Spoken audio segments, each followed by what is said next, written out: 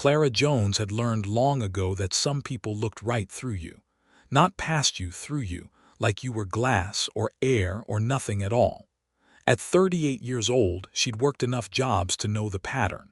She'd scrubbed hospital floors where doctors stepped over her mop bucket without breaking stride. She'd cleaned office buildings where executives held the elevator door for each other, but let it close in her face. She'd learned to make herself small, quiet, efficient. Invisible was safer than seen, but invisibility didn't pay the rent. Her daughter Jasmine was starting high school in the fall, and the tuition at St. Augustine Prep wasn't getting any cheaper. Clara's mama used to say, "Baby, you got to bow your head to keep your crown on." So Clara bowed. She smiled through dismissals, nodded through disrespect, and kept her dignity tucked somewhere deep where nobody could take it from her. That's how she ended up answering the ad. Discreet housekeeper needed, high security clearance, competitive pay. The agency interview lasted 10 minutes. The background check took 3 weeks. When the offer letter finally came, Clara held it in her trembling hands and read the salary line twice. It was more than she'd made in a year at the diner. The Hale estate sat behind iron gates that looked like they guarded a kingdom, not a home. Everything gleamed, marble, crystal, polished wood that reflected her face back at her like a question. The head of staff, a thin white woman named Evelyn Carter, met her at the service entrance. Her handshake was cold, her smile colder. "You'll keep to the West Wing," Evelyn said, walking so fast Clara had to hurry to keep up. "No unauthorized areas, no direct contact with the boy. The last girl thought she could help." She paused, turning to face Clara with eyes like ice chips. "She's gone now. Do we understand each other, Miss Jones?" Clara understood perfectly. "Stay quiet. Stay invisible. Don't get ideas above your station." But on her second day, while dusting the grand dining room, Clara saw him for the first time. Ethan Hale sat alone at a table built for 20, his small frame dwarfed by the high-backed chair. 10 years old, maybe, dark hair falling across his forehead, hands folded in his lap, staring at nothing. Then his toy car slipped from the table and clattered to the floor. Without thinking, Clara's hands moved, one sweeping under the other in a gentle wave. Careful. The sign language came naturally, muscle memory from years ago when her brother Samuel was alive. Ethan's head snapped up. His eyes went wide, locked on her hands like he'd seen a ghost. Slowly, almost afraid, he repeated the motion back to her. "Miss Jones."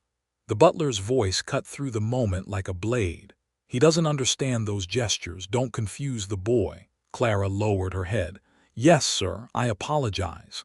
But as she turned away, Ethan tapped the table twice. Tap, tap. The same rhythm her brother used to make. A silent thank you that only she would understand. That night, lying in the narrow bed in the staff quarters, Clara stared at the ceiling and felt something crack open inside her chest. She'd spent so long making herself invisible that she'd forgotten what it felt like to be seen. In a mansion full of people who had everything, it was a child who couldn't hear who finally noticed her. She thought about Samuel, gone 15 years now, his laugh silenced by pneumonia they couldn't afford to treat. She remembered the promise she'd made at his funeral. "I'll never stop listening, even when the world does." The next morning, Clara arrived early. Ethan was sitting on the stairs, watching the staff move through their choreographed routines. When he saw her, something shifted in his face. Hope, maybe, or recognition. Clara raised her hand and signed slowly. "Good morning." His smile broke across his face like sunrise. The first real smile anyone in that house had seen from him in months. From down the hall, Evelyn's heels clicked sharply against the marble. Her voice turned to frost. "Miss Jones, my office, after breakfast." The silence that followed wasn't peaceful. It was a warning wrapped in ice. Because in the Hale mansion, kindness wasn't just rare, it was dangerous, and Clara had just painted a target on her back. Part 2. Breaking the rules. The Hale mansion ran like clockwork, every tick precise, every talk predictable. Staff moved in silent choreography through hallways that smelled of lemon polish and old money. Maids in gray uniforms, butlers in black, gardeners who trimmed hedges into geometric perfection. Even the air felt managed, filtered through some invisible system that removed anything messy or human.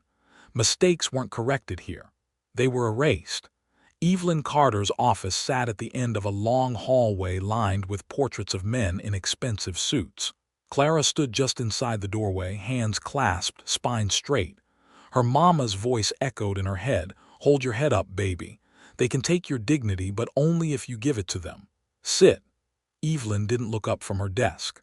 Clara sat in the straight-backed chair that felt designed to make visitors uncomfortable.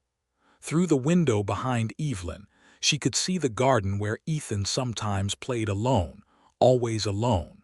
"Miss Jones." Evelyn finally lifted her gaze. Her eyes were the color of winter. "I'm going to be very clear with you. This household values order over sentiment.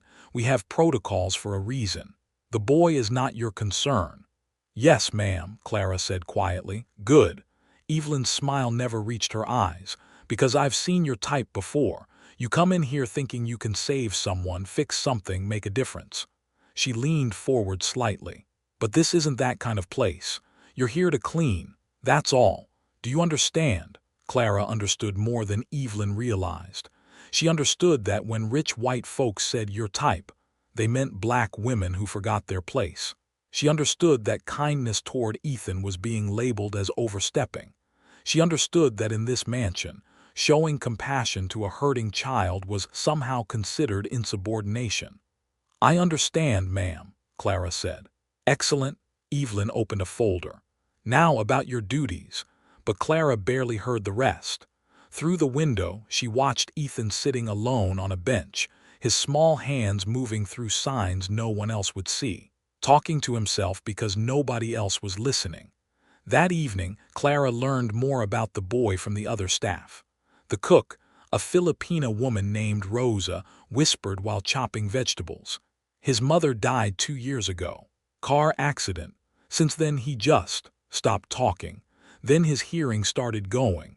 The doctors say it's progressive loss, but—" She glanced around and lowered her voice. "The staff who have been here longer, they say he could hear fine until they started the treatments." "Treatments?" Clara asked. Rosa shrugged uncomfortably. "Ask the doctor, but 7 nannies in 7 weeks. That boy's not the problem. This house is." At dinner service that night, Clara stood against the wall with the other servers, watching the elaborate meal unfold like a performance. Richard Hale sat at the head of the table, tall, silver-haired, the kind of handsome that money polishes to a shine. He talked on his phone throughout dinner, occasionally glancing at Ethan like the boy was a puzzle he'd already given up trying to solve. Ethan tried to mimic the rhythm of the meal, watching his father for cues he couldn't hear. When to lift his fork, when to pause, when to pretend everything was normal. Then it happened. His fork slipped from his small hand and crashed against the porcelain plate with a sound that made everyone flinch. The room froze. Richard's jaw tightened. Evelyn's face went pale. The butler whispered harshly, "Not again." Ethan's chest began to heave. His eyes went wide with panic, the kind that comes when you can't hear what everyone else heard, when you don't know what you did wrong, when the world punishes you for mistakes you can't even perceive. Clara stepped forward before she could stop herself. Her hands moved gently. "It's okay. You're safe." Ethan blinked. The panic melted from his face like ice under sunlight. He signed back, shaky but clear, "Thank you." The entire table went silent for a different reason now. Richard Hale looked up from his phone, confused. "What did she just do?" Evelyn answered too quickly. "Nothing, sir. She'll be reminded of her boundaries." But something had shifted. Clara saw it in the way Richard looked at his son, really looked at him for the first time that evening. She saw it in the way Ethan's shoulders relaxed, the way his breathing steadied. After dinner, Evelyn cornered Clara in the silver room. Her voice was low and sharp as a knife. "I warned you, don't overstep again. You're here to polish, not to raise heirs. You start thinking otherwise, you'll find yourself on the street. And trust me, Miss Jones," she stepped closer, voice dropping to a whisper, "someone like you won't get another chance like this. Someone like you. The words hung in the air between them, heavy with everything Evelyn didn't have to say out loud. Clara nodded slowly. "Understood, ma'am." But as she walked away, she felt something stirring in her chest. Not defiance exactly. Something quieter, something stronger. Because she'd made a promise to her brother 15 years ago and she wasn't about to break it now. The next morning she found 3 soft taps on the breakfast table where Ethan sat. 3 taps, "Thank you." When she turned to leave, she heard 2 more, "Stay." For the first time since entering the Hale mansion, Clara felt the silence shift. It wasn't the silence of order or control anymore. It was the silence of something waiting, something that couldn't be contained much longer, and everyone in that perfect, polished house could feel it building. Part 3. The garden party. The garden looked like a photograph from a magazine about people who'd never worried about money. White tablecloths snapped in the breeze beneath marble statues. Champagne glasses caught the sunlight and threw tiny rainbows across the manicured lawn. An orchestra tuned their instruments on a raised platform, their violins catching light like captured fire. Clara moved between tables, straightening silverware that was already perfect, her gray uniform blending into the background. That was the goal, to be present but invisible, helpful but unnoticed. She'd mastered the art years ago, but today felt different. Tension hummed beneath the careful elegance like a wire pulled too tight. The event was Richard Hale's big day, a luncheon for investors, donors, and journalists to showcase the Hale Foundation's latest philanthropic initiative. Cameras with lenses like telescopes lined the garden's edge. Men in expensive suits laughed too loudly. Women in designer dresses compared jewelry that cost more than Clara's car. And in the middle of it all, Ethan Hale sat rigid at a special table, his small shoulders drawn up around his ears like he was trying to disappear inside himself. Clara watched him from across the lawn. She could see the panic building in his eyes as the noise grew louder, voices overlapping, glasses clinking, heels clicking against stone. To everyone else, it was the pleasant buzz of a successful event. To a child losing his hearing, it must have felt like standing inside a storm. The orchestra struck their opening note, violins slicing through the air with sudden sharpness. Ethan's fork clattered to his plate. His breath hitched. His hands flew up, fingers moving frantically through signs that no one else understood. The guests closest to him stopped mid-conversation, turning to stare. A woman in pearls leaned toward her companion and whispered something behind her hand. A man in a navy suit muttered, "Poor boy, needs discipline, not coddling." The PR manager appeared at Richard's elbow, whispering urgently, "Sir, we should move him inside." The cameras. "He's fine," Richard said through his practiced smile, but his eyes flickered with something that might have been shame. Ethan's signing became more desperate. His chest heaved. Tears gathered at the corners of his eyes, and Clara could see him trying so hard not to cry, not to make a scene, not to embarrass his father in front of all these important people. She set down her tray. "Don't," Rosa grabbed her arm, eyes wide. "Evelyn's watching." Clara looked across the garden. Evelyn stood near the terrace, her gaze sharp and cold, already shaking her head in warning. Clara pulled her arm free gently. "Someone has to." She crossed the lawn in steady strides, ignoring the whispers that followed her like a wake, ignoring Evelyn's hissed, "Don't you dare," ignoring the cameras that swiveled toward the unfolding scene. She knelt beside Ethan's chair, her voice low and steady. "Breathe, sweetheart." Her hands moved with practiced grace. "You're safe. I'm here. Breathe with me."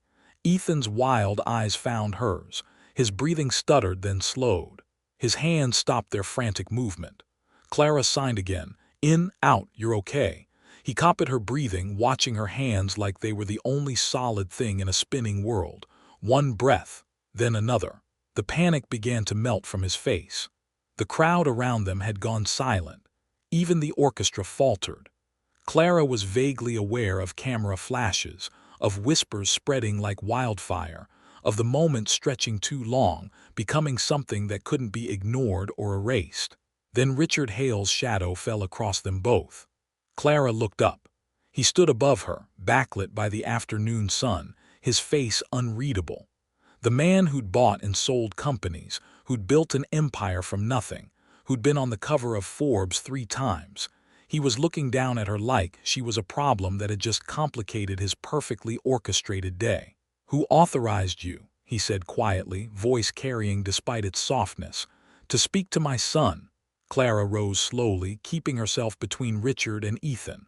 Around them, the garden held its breath. Cameras clicked steadily, capturing every moment. "No one, sir," Clara said, "but someone had to listen." The words hung in the air, simple, impossible, true. Richard's jaw tightened. Beside him, Evelyn appeared, her face tight with fury barely contained. "She's overstepped repeatedly, sir. She's been warned." "Then clearly," Richard said, not taking his eyes off Clara, "the warnings weren't clear enough." He turned slightly, addressing the watching crowd with the smooth confidence of a man used to controlling narratives. "Ladies and gentlemen, please excuse this interruption. We'll resume shortly." He looked back at Clara. "You're dismissed. Pack your things." Gasps rippled through the crowd. The journalists' cameras went into overdrive, lenses clicking like a swarm of mechanical insects. Clara felt her heart drop, but she kept her face calm. She'd known this was coming the moment she crossed that lawn. She nodded once. "Yes, sir." She turned to Ethan one last time. He was staring at her with wide, terrified eyes, shaking his head back and forth. "No, no, no." Then he did something Clara had never seen him do before. He slammed his small fist against the table. Once, twice, 3 times. 3 deliberate knocks that echoed across the silent garden. "Ethan, stop that," Evelyn hissed, but Clara understood. Their code. 3 taps, thank you.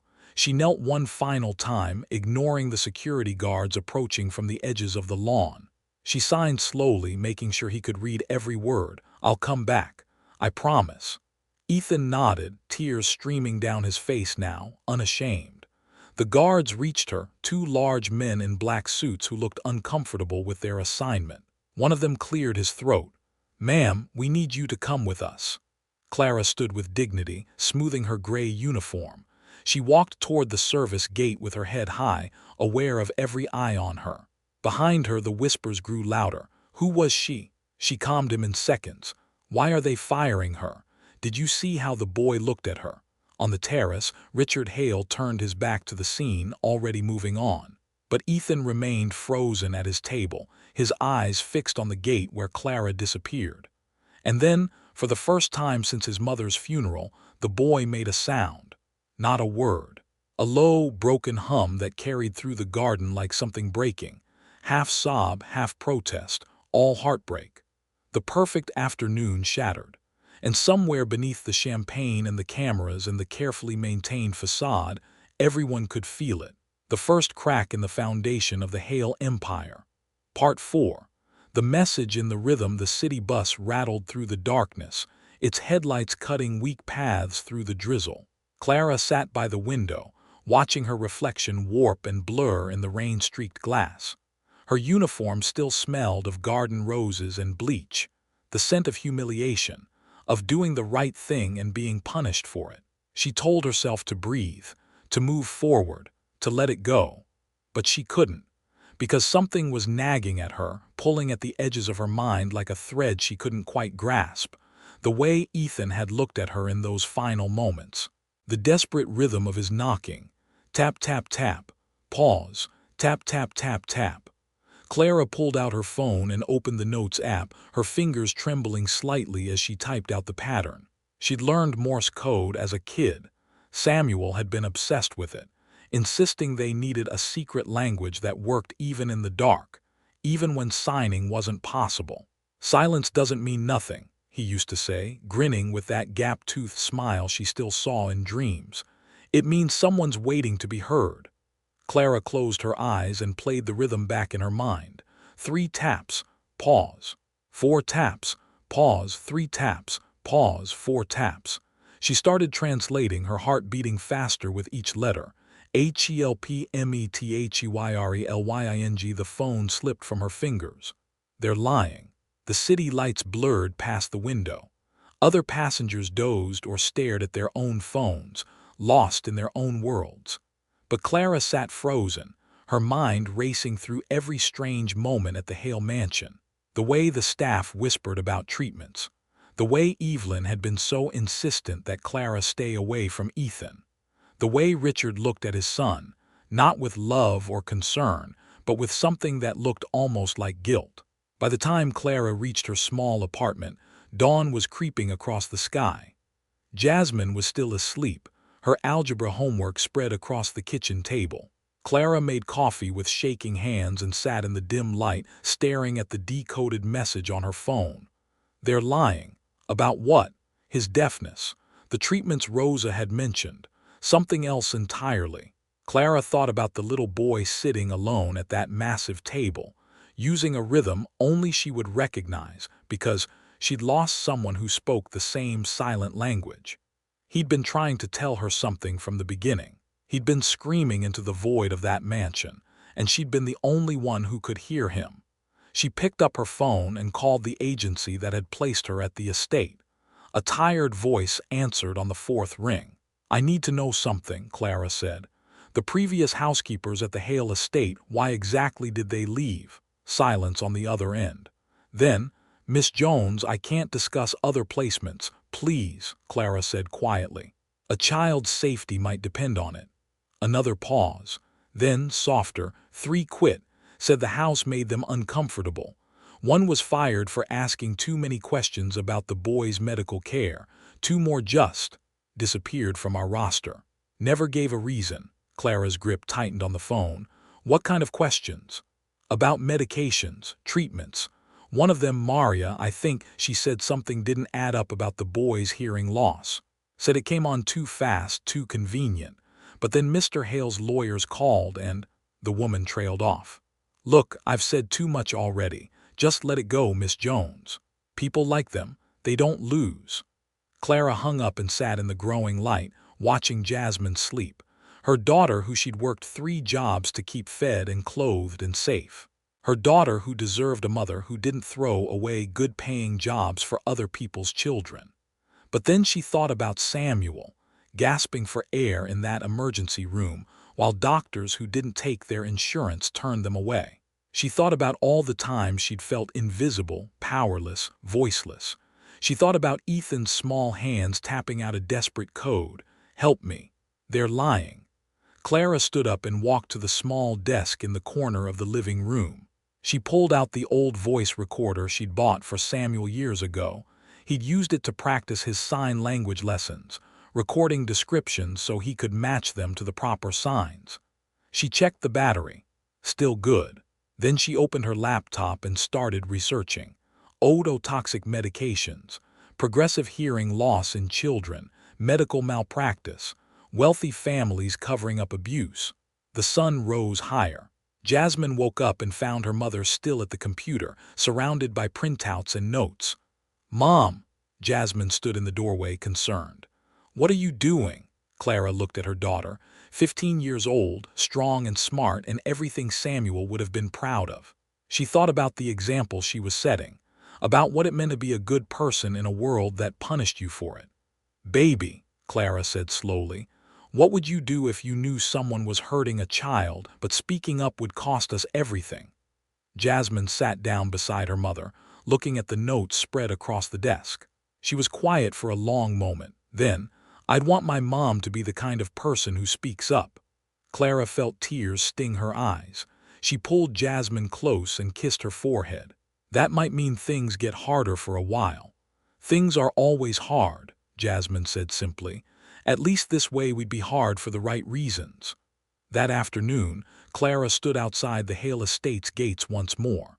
She'd called in sick to the temp job she'd lined up. She'd worn dark clothes and comfortable shoes. She'd brought the voice recorder and her phone and every ounce of courage she'd ever possessed. The security shift changed at 7. Deliveries came through the service entrance at 8. Clara had cleaned those hallways enough times to know their blind spots, their routines, their vulnerabilities. As the last delivery truck pulled away, Clara slipped through the service entrance she'd cleaned 100 times. The house still slept in its usual silence, the kind that felt less like peace and more like secrets pressed down under expensive carpets.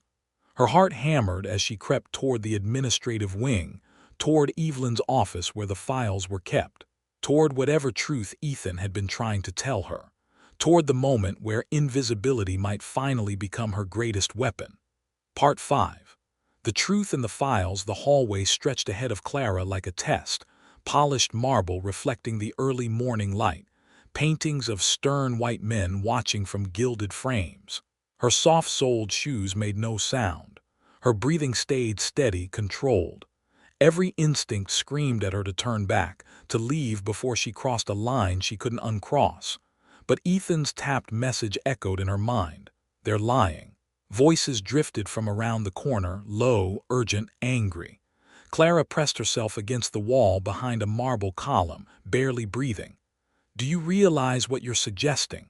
Evelyn's voice, sharp as broken glass. "I'm suggesting the truth." A man's voice, clipped and impatient.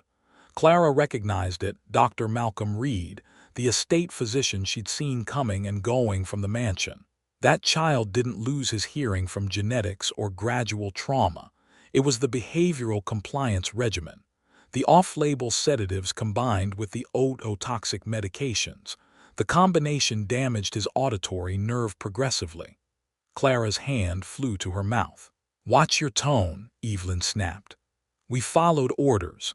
Mr. Hale wanted results before the merger announcement. You know how it is. A boy who won't speak, won't cooperate, won't behave properly for the cameras. Public sympathy doesn't raise stock values, doctor. A composed, well-mannered heir does.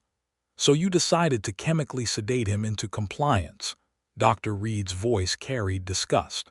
"And when the side effects became apparent, we documented it as progressive genetic hearing loss, just like you agreed to do, for a very generous retainer if I recall correctly."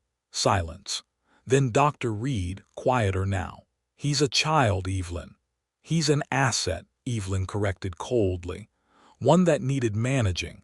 And if you suddenly develop a conscience now, remember, you signed off on every prescription, every report. Your name is on the documentation right next to mine." Clara's hands trembled as she pulled out the old voice recorder and pressed record. She held it near the edge of the column, capturing every word. "This needs to stop," Dr. Reed said, but his voice lacked conviction. "The boy's already partially deaf. If we continue—" "We're not continuing. We're maintaining. There's a difference. The medications are reduced now. Enough to keep him manageable, but not enough to raise suspicion." Evelyn's heels clicked across the floor. Besides, who would believe it? A billionaire deliberately harming his own son. Please. The press would eat that boy alive. At least this way he's protected, controlled, safe. "Safe," Dr. Reed repeated hollowly. "Is that what we're calling it?" "That's what you'll keep calling it if you want to maintain your position and your reputation." "Now about the maid," Clara's pulse spiked. "What about her?" Dr. Reed asked. "She's gone, but she noticed things. The signing, the boy's responses. We need to ensure she doesn't go to the press with some half-formed theory about neglect or abuse.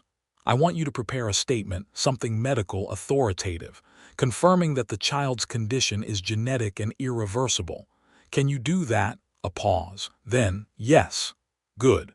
Because I've worked too hard building this household's reputation to watch it crumble because a maid got sentimental." Evelyn's voice dropped lower, darker. "People like her need to remember their place. The world has an order. When people forget that, chaos follows." Footsteps approached. Clara ducked into the nearest room, a study lined with law books and expensive furniture that smelled of leather and lies. She pressed herself behind the door, heart hammering so hard she was certain they'd hear it. The footsteps passed. Voices faded down the corridor. Clara waited, counting to 100, then 2, before she dared move. Her hands shook as she stopped the recording and checked it. The audio was clear, every damning word preserved. But she needed more than voices. She needed proof. Evelyn's office sat at the end of the hall, its door partially open. Clara could see the edge of the mahogany desk, papers spread across it like confessions waiting to be read. She glanced both ways, whispered a prayer her mama had taught her, and slipped inside. The office was immaculate, everything precisely placed, color-coded files lined up like soldiers. Clara's hands moved quickly through the drawers, careful not to disturb the order. Medical files, household accounts, employment records. Then she found it. A manila folder labeled Treatment Protocol Confidential. Inside were medication logs, doctor's notes in Malcolm Reed's handwriting, prescriptions for drugs Clara didn't recognize but could tell from the dosages and frequencies weren't normal for a child. And there, a memo dated 2 years ago, right after Ethan's mother died. Subject exhibiting persistent grief-related behavioral issues. Standard counseling ineffective. Recommend pharmaceutical intervention to ensure appropriate public presentation during merger proceedings. Priority: maintain family image for investor confidence. Clara's vision blurred with rage. They'd drugged a grieving child. They'd stolen his hearing to make him easier to control. She pulled out her phone and photographed every page, her hands steadier now, fueled by fury. When footsteps sounded in the hallway again, she quickly restored everything to its place and moved toward the door. But as she reached for the handle, it turned from the outside. Clara's heart stopped. The door opened, and there in his pajamas with bare feet on the cold marble stood Ethan Hale. His eyes went wide when he saw her. For a frozen moment they just stared at each other. Then Ethan's hands moved slowly, deliberately. "You came back." Clara felt tears spring to her eyes. She crossed the room in 3 steps and knelt in front of him, signing quickly, "I promised, and I found the truth." "They hurt me," Ethan signed, his small face crumpling. "They said it was to help me. They said it was my fault." "No," Clara signed fiercely. "Never your fault. They lied. Can you fix it?" His hands trembled with hope and fear. "Can you make them stop?" Clara took his small hands in hers. "I'm going to try, but I need you to be brave. Can you do that?" Ethan nodded, tears streaming down his face. Then he signed something that broke Clara's heart and strengthened her resolve all at once. "I'm always brave." Nobody just sees it. From somewhere in the mansion, a clock chimed 6 times. The house was waking up. Clara had minutes, maybe less, before staff would be moving through the halls. She signed to Ethan, "Go back to your room.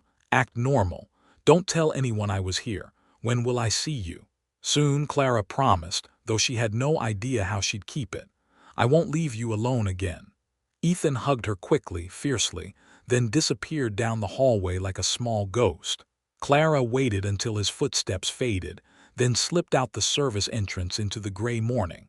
The voice recorder felt heavy in her pocket. The photographs burned in her phone. The truth was no longer hidden. But as she walked away from the mansion, Clara knew the hardest part was just beginning. Because she wasn't just going up against wealth and power. She was going up against a system that had spent centuries teaching people like her that they didn't matter, that they should stay quiet, that justice wasn't for them. Well, Clara Jones had stayed quiet long enough. Now it was time to make some noise. Part 6. The gala. The Hale mansion had never looked more beautiful or felt more hollow. Every chandelier blazed with 1,000 lights. Crystal towers of champagne caught and scattered light like captured stars. The string quartet played something elegant and forgettable, while servers in crisp uniforms moved through the crowd like shadows, offering canapés that cost more than Clara used to make in a week. It was the merger gala, Richard Hale's grand unveiling of his latest billion-dollar expansion. Every power player in the state had turned out. Investors in tailored tuxedos, politicians with practiced smiles, journalists with cameras like weapons. The air hummed with the sound of money congratulating itself. And Clara Jones, dressed in a simple black dress borrowed from her neighbor, slipped through the service entrance she'd once used as an employee. Her heart hammered against her ribs. The voice recorder sat in her small purse, along with her phone loaded with photographs of every damning document. She'd spent the past 3 days gathering more evidence, talking to the housekeepers who'd quit, finding a child welfare attorney who'd agreed to review her case. The attorney had been clear. This is explosive, but you need to understand they'll come after you with everything they have. Clara understood. She'd lost jobs before. She'd been poor before. She'd survived worse than what Richard Hale's lawyers could throw at her. But Ethan couldn't survive another day of being silenced, drugged, and dismissed as broken when the only thing broken was the system around him. She moved through the mansion's familiar halls, staying close to the walls, keeping her head down. In the ballroom, Richard Hale stood on a raised platform, spotlit like a king. Ethan sat beside him in a suit too stiff for a child, his small hands folded in his lap, his eyes on the floor. "Tonight," Richard declared, his voice amplified through speakers, "we celebrate not just a merger but a commitment to excellence, to innovation, to family." His hand rested on Ethan's shoulder, a gesture that looked tender from a distance, but Clara could see the boy flinch slightly under the weight. "Everything I've built has been for my son, for his future." The crowd applauded. Cameras flashed, and Clara felt rage burn through her veins like electricity. She'd made it to the AV alcove, a small tech room where the presentation equipment was controlled. The laptop sat unlocked, a USB drive already inserted for the merger presentation. Clara pulled out her own flash drive and plugged it in beside the existing one. She'd worked with her daughter's tech-savvy friend to set it up. Autoplay captions that would translate sign language in real time, synchronized with video she'd filmed of Ethan signing his truth. Her hands shook as she keyed in the command sequence. One click, one cable, one chance. "Excuse me." A hand landed on her shoulder, a security guard, young and uncertain. "Ma'am, you can't be in here." "I know," Clara said quietly, then louder for everyone to hear. "That's exactly why I am." She pushed past him and walked straight into the ballroom. Conversations fractured, heads turned. The string quartet stumbled into silence. Evelyn appeared at the edge of the crowd, her face draining of color. "You," she hissed, moving forward. "Security." But Clara was already speaking, her voice carrying in the sudden quiet. "Mr. Hale, everyone, I need you to hear something. The truth about what happened to Ethan." "This is absurd," Richard said, his practiced smile faltering. "Who let her in here? Someone remove her immediately." "Not before you hear your son," Clara said. She turned to Ethan, who was staring at her with wide eyes, hope and fear mixing on his face. "Tell them, sweetheart, tell them everything." The room held its breath. Cameras swiveled toward the boy. Ethan looked at his father, then at Clara, then slowly, trembling but determined, he stood. His hands began to move, slowly at first, then faster, tears streaming down his face as he signed words he'd been holding inside for years. "You all talk. No one listens. I lost my hearing because of lies." And then, on the massive screen behind Richard, the one meant to show merger projections and profit margins, Clara's translation system activated. White text on black background, each sign translated in real time. "You all talk. No one listens. I lost my hearing because of lies." Gasps exploded through the ballroom. The journalists' cameras went into overdrive. Richard spun toward the screen, his mask cracking. "Turn that off. Someone turn that off now." But Clara had set it to autoplay from a read-only drive. The next video loaded, surveillance footage she'd pulled from her phone's backup of the voice recording, audio playing clear as judgment through the expensive speakers. Evelyn's voice. "We followed orders. Mr. Hale wanted results before the merger announcement. A boy who won't speak, won't cooperate, won't behave properly for the cameras. We documented it as progressive genetic hearing loss." The ballroom erupted. Investors surged forward, shouting questions. Reporters barked into phones. Ethan's signs continued on the screen, his small face huge and heartbreaking. "They said it was to help me. They gave me medicine that made me sick. They made me forget how to hear, all because I was sad about Mommy." "This is fabricated," Richard shouted, but his voice cracked. Someone is trying to sabotage." Dr. Malcolm Reed stood up from the crowd, his face gray. "It's not fabricated, it's true." The room went dead silent. The doctor walked forward slowly, like a man heading to his own execution. I prescribed the medications. I signed off on the reports. I lied in the medical documentation. He looked at Ethan, his eyes glistening. I'm sorry. I'm so sorry. On the screen, the final translation appeared. You tried to fix me. You broke me. Ethan turned to his father and signed one last message, his hands shaking with fury and grief and the terrible power of truth finally spoken. You never listened. She did. The room exploded into chaos. Investors shouted. Evelyn fled toward the exit, security blocking her path. Richard Hale stood frozen on his platform, the spotlights that once made him shine now just making him look small and exposed and utterly human.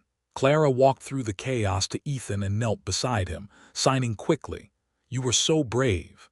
He threw his arms around her neck, sobbing silently against her shoulder. And as security moved toward them uncertainly, as cameras captured every moment, as the empire built on silence finally crumbled under the weight of one boy's truth, Clara held him and whispered the words that changed everything. I see you, I hear you, and the whole world is listening now. Part 7. The reckoning. The morning sun felt different somehow, sharper, cleaner, like the world had been washed overnight. Clara stood in her small kitchen making coffee, watching the news on her phone. Every channel, every website, every social media platform was showing the same thing. Ethan Hale's face as he signed his truth. Her translation text glowing on that massive screen. Richard Hale's stunned expression as his empire collapsed around him. Mom, Jasmine called from the living room, you're on CNN again. Clara walked over, coffee cup warming her hands. The headline read, Black Maid exposes billionaire's dark secret. Child abuse scandal rocks Hale Industries. She should have felt triumphant. Instead, she just felt tired. Her phone had been ringing non-stop since last night. Reporters wanting interviews. Lawyers offering services. Child welfare advocates calling her a hero. The attorney she'd consulted had texted at 3 in the morning. They're already trying to bury this. Don't talk to anyone without me present. By noon, the story had grown teeth. The board of Hale Industries issued an emergency statement.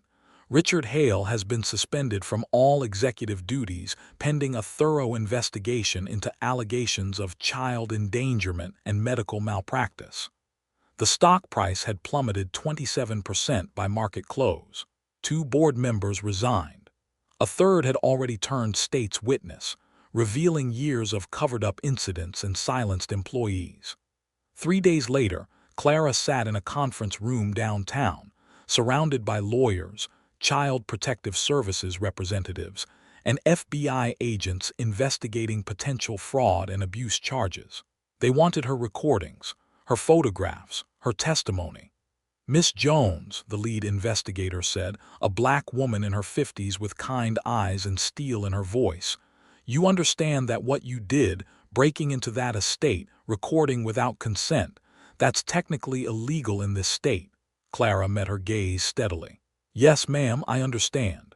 And you understand that Richard Hale's attorneys are already filing harassment charges, trespassing charges, theft of proprietary information.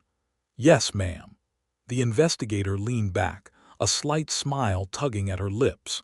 Good, because I wanted to make sure you knew what you were up against before I told you this. We're not pressing any charges against you. In fact, your evidence is exactly what we needed to crack this case wide open. Turns out Ethan Hale isn't the first child whose medical records were altered by Dr. Reed. There are at least 4 other wealthy families who paid him to manage difficult children with pharmaceuticals. Clara's hand tightened on her coffee cup.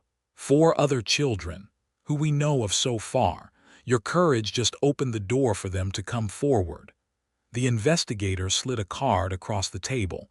The DA wants to talk to you about testifying. With your permission, you're going to be the star witness in what might be the biggest child welfare case this state has seen in decades. That evening, Clara sat on her apartment steps, watching the sun set over the city. Her phone buzzed. Unknown number. She almost didn't answer, but something made her pick up. Miss Jones. The voice was rough, uncertain. It's Richard Hale. Clara went very still. "I know I have no right to call you," he continued, words tumbling out like he'd been practicing them. "I know what I've done is unforgivable, but I need you to know." That night, watching Ethan sign, seeing his pain finally visible for everyone to see, his voice broke. "I've been lying to myself for so long, telling myself I was protecting him, making hard choices for his own good. But you were right, I was the one who broke him." Clara didn't speak, she waited. "The board suspended me. My attorneys say I'll likely face criminal charges. I've lost everything that mattered to me." He paused. "Except I realized something. None of it ever actually mattered. Not the company, not the money, not the reputation. The only thing that mattered was sitting beside me every day, trying to tell me he was hurting, and I was too proud to listen." "Mr. Hale," Clara said quietly, "why are you telling me this?" "Because Ethan's in temporary foster care right now. Child Services won't let me see him until I complete a psychiatric evaluation and parenting classes. And he's scared. He's alone, and he keeps asking for you." Richard's voice was raw. "I know I don't deserve to ask this, but could you consider visiting him? You're the only person he trusts, the only person who ever really saw him." Clara closed her eyes. She thought about how easy it would be to say no, to let Richard Hale face the consequences of his actions alone, to walk away from the whole broken situation. But then she thought about Ethan's small hand signing, "You came back." "I'll visit him," Clara said, "but not for you. For him, that's all I'm asking," Richard said. "Thank you, and Miss Jones, I'm sorry for everything. You tried to tell me and I was too arrogant to hear you. You were right about everything." After he hung up, Clara sat in the gathering darkness, thinking about power and privilege and the ways people could be broken and rebuilt. Thinking about her brother Samuel, who never got the chance to be heard. Thinking about how sometimes justice looked less like revenge and more like one person finally listening to another. 2 weeks later, Clara sat across from Ethan in a visiting room at the temporary foster facility. He'd gained a little weight. The hollowness in his eyes had eased slightly. When he saw her, his whole face lit up. "You came," he signed. "Always," she signed back. They sat together for an hour, Clara teaching him new signs, Ethan showing her drawings he'd made. As their time drew to a close, Ethan signed something carefully. "Will I ever go home?" Clara thought about how to answer that. Finally, she signed. "Home isn't always a place. Sometimes it's a person who makes you feel safe. And wherever you end up, I promise you'll have people around you who listen." Ethan nodded slowly. "Then can you teach my dad to sign?" Clara's hand stilled. "Do you want that?" "He's still my dad," Ethan signed. "Maybe he can learn like I did. Maybe everybody can learn to listen." Clara felt tears prick her eyes. This child, this beautiful, brave child who'd been hurt by the people meant to protect him, was choosing forgiveness. Not forgetting, not excusing, but believing in the possibility that broken things could heal. "Yes," Clara signed. "I'll teach him." And she did. Part 8. Listening is louder than money. 6 months felt like a lifetime and no time at all. Clara stood on the front steps of what used to be called the Hale estate, watching as workers unveiled the new sign above the gates. The Listening House, a center for deaf empowerment and family healing. The mansion had been transformed. Where crystal chandeliers once hung to impress, now comfortable lighting created warm, welcoming spaces. The ballroom where Clara had exposed the truth had become a community center with classrooms for sign language instruction. The dining room where Ethan once sat alone was now a family therapy space where parents learned to communicate with their deaf and hard-of-hearing children. Richard Hale had surrendered ownership of the estate as part of his plea agreement. He'd pleaded guilty to child endangerment and medical fraud, receiving a suspended sentence with 5 years of probation and mandatory psychological treatment. His empire had crumbled, his wealth mostly liquidated to establish the trust fund that now operated this center. But the man who stood near Clara today looked nothing like the billionaire who'd once dismissed her. Richard Hale wore a simple button-down shirt and jeans. His silver hair needed cutting. His hands were calloused from the community service work he'd been doing at the center, and his hands were moving slowly, carefully, through sign language as he spoke to his son. "I'm proud of you," Richard signed to Ethan. The boy, 11 now, taller, steadier, grinned and signed back, "You're getting better. Still slow, but better." Richard laughed, a sound that seemed to surprise him. "I'll keep practicing." Clara watched them together, feeling something warm and aching in her chest. She thought about Samuel, about how he'd never gotten this chance, about how his death had prepared her for this moment, teaching her that listening wasn't just about hearing. It was about seeing, believing, and refusing to look away. "Miss Jones." A young woman approached, pushing a wheelchair. In it sat Maria, one of the former housekeepers who'd been fired for asking questions about Ethan's treatment. She'd reached out after the story broke, sharing her own concerns about the children she'd seen in wealthy homes where appearances mattered more than well-being. Now she worked as an advocate at the center, helping other domestic workers report abuse. "The opening ceremony is about to start," Maria said. "They're waiting for you."